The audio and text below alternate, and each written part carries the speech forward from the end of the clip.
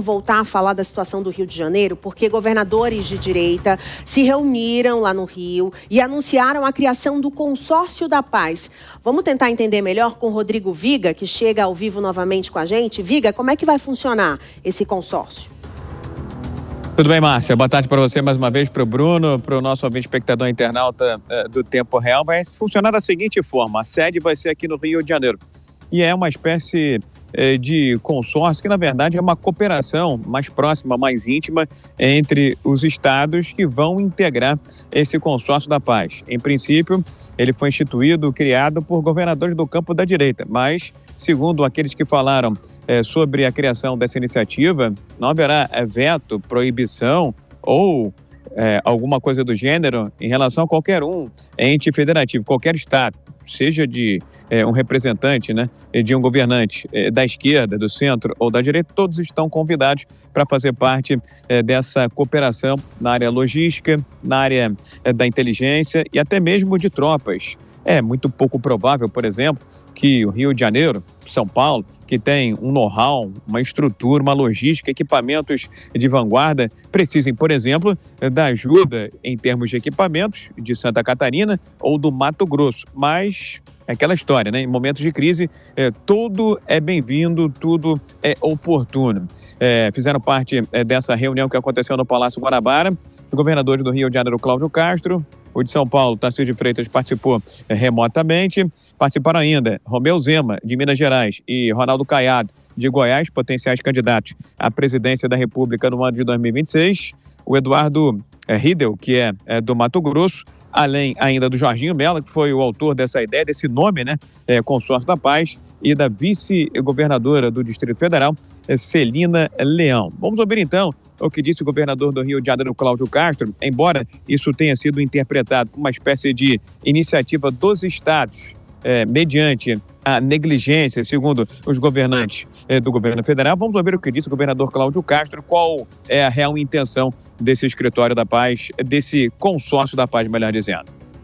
Uma decisão que aponta um caminho claro de retomada de território, de integração, de financiamento, que é exatamente isso que todos nós desejamos. E que o Rio de Janeiro, através dessa decisão brilhante do Supremo Tribunal Federal, possa ser esse grande laboratório, já que ele hoje é o epicentro, que ele possa daqui para frente virar o laboratório dessa que pode ser a ação que mude a história do Brasil. Rio de Janeiro tem um efeito farol, Fala com o Brasil e fala também com o mundo. É a cidade talvez mais conhecida em nível internacional junto com São Paulo. Então, quando o governador fala em laboratório, é que todas essas iniciativas e experiências, em dando certo, poderão ser reproduzidas e replicadas em cidades e estados brasileiros. Meus companheiros. Obrigada, Rodrigo Viga, direto do Rio de Janeiro. Agora a gente chama os nossos analistas mais uma vez, Mônica Rosenberg e Jesualdo Almeida, começando pela Mônica. Mônica, essa iniciativa realmente é para ajudar na segurança pública do Rio de Janeiro ou é para proteger a imagem política de Cláudio Castro? Me parece que é a segunda coisa, Márcia? É aquela situação em que eles estão falando de paz, mas para que haja paz, vamos fazer a guerra. Eu lembro quando eu era mais nova, teve aquela situação na China, lá na Praça da Paz Celestial, onde tinha aqueles tanques de guerra enfrentando uma pessoa sozinho. E aquilo foi muito irônico, porque era na Praça da Paz, os tanques de guerra dominando, estavam ali sozinhos. E me parece que é um pouco isso que eles estão planejando fazer, esse consórcio da paz. Ele quer levar à frente uma guerra contra a violência, uma guerra contra o tráfico, uma guerra contra o narco-estado, uma guerra contra a falta de Estado e o domínio que nós estamos vendo das organizações criminosas dentro do Brasil. Faz sentido para muita gente e esperamos que realmente eles procurem soluções que busquem a paz e que não sejam apenas de dar uma passada de pano político em uma situação de violência provavelmente desnecessária e abusiva, e que comecem realmente a discutir propostas e que tragam os governadores dos outros lados ideológicos para que a gente possa analisar o que deu certo em outros países, o que precisa ser mudado dentro do Brasil e como combater efetivamente o absurdo crescimento das facções e das organizações criminosas que hoje já saíram dos mercados ilícitos, estão nos mercados lícitos, estão nos combustíveis, estão no financeiro. Isso precisa ser contido para muito além simplesmente da lei penal. A gente segue com esse assunto, com essas repercussões, as análises. Gesualdo Almeida também. Gesualdo, eu sigo insistindo.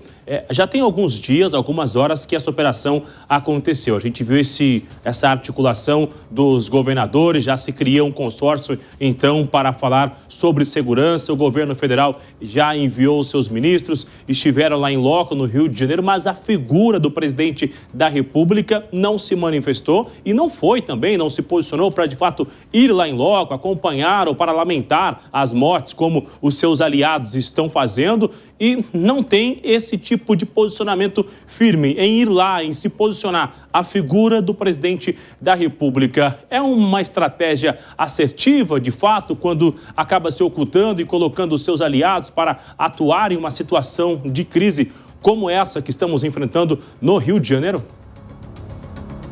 É a politização da questão da segurança pública, em especial desse evento no Rio de Janeiro.